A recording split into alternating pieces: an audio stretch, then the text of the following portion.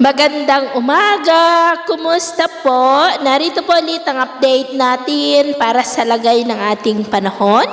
Ngayong umaga po ng August 23, 2026. Sa ngayon po ay 3 bagyo ang nasa karagatan pero ang mga ito ay walang direktang epekto sa ating bansa.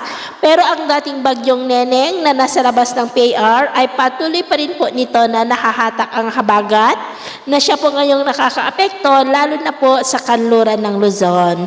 At ang bagyo naman po na nasa silangan ng Visayas sa labas po ng ating PAR, about 1,090 km east ng Eastern Visayas ay taglay ngayon ang lakas ng hangin na maabot po hanggang sa 55 km per hour at sa ngayon wala pa naman pong direktang epekto sa ating bansa.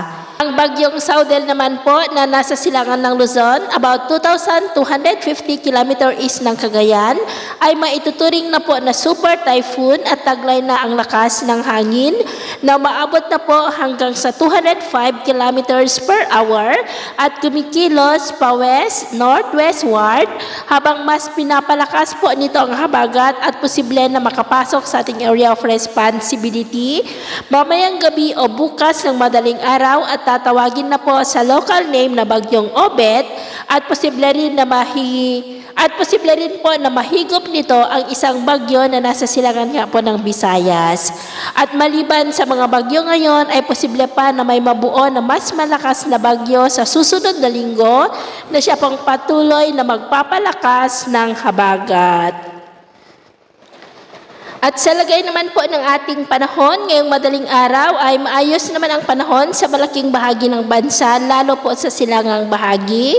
Pero dahil pa rin sa habagat ay may tsansa ng mga isolated rains sa ilang bahagi po ng Batanes, Zambales, Bataan, Oriental Mindoro, ilang bahagi po ng Antique, Bacolod at Sipalay. At mamaya ay sisikat naman po ang araw sa malaking bahagi ng bansa, lalo sa silangang bahagi.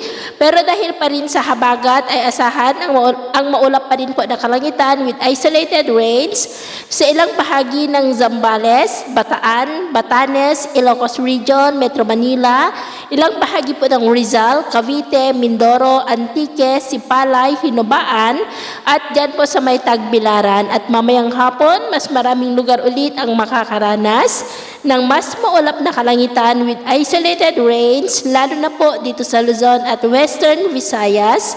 Kaya mag-ingat pa rin po tayo sa mga banta pa rin ng mga pagbaha at pagguho ng lupa. At sa atin naman pong mga baybayin, dahil pa rin sa habagat ay iwasan na muna natin ang papalaot sa kanlurang baybay ng Central Luzon, Northern Luzon Seaboard at Extreme Northern Luzon Seaboard dahil ang mga alon ay posible po na aabot hanggang sa 1.8 to 3 meters height. Kaya hanggat maaari ay iwasan na po muna natin ang papalaot dyan sa mga may kulay pula para mas makaiwas sa mga sakunang pangkaragatan.